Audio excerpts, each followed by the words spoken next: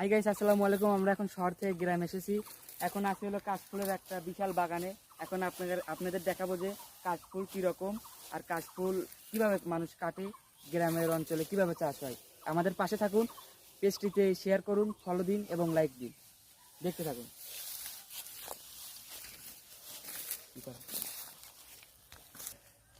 Hi guys, এই যে দেখতে পাচ্ছেন যে কি সুন্দর কাশফুল ফুটে আছে। অনেক অনেক সুগন্ধ। এদের মানে গ্রামে যে এত সুন্দর কাশফুল চাষ হয় আমি জীবনে দেখিনি। শহর অঞ্চলের মানুষ এরকম কাশফুল চাষ করতে পারে না। এই যদি কাশফুল কেউ চাষ করতে চান তাহলে গ্রামের মানুষের থেকে বুদ্ধি নেবেন যে কাশফুল কিভাবে চাষ করতে হয়। দেখুন কাশফুলগুলো কি সুন্দরভাবে ফুটে আছে।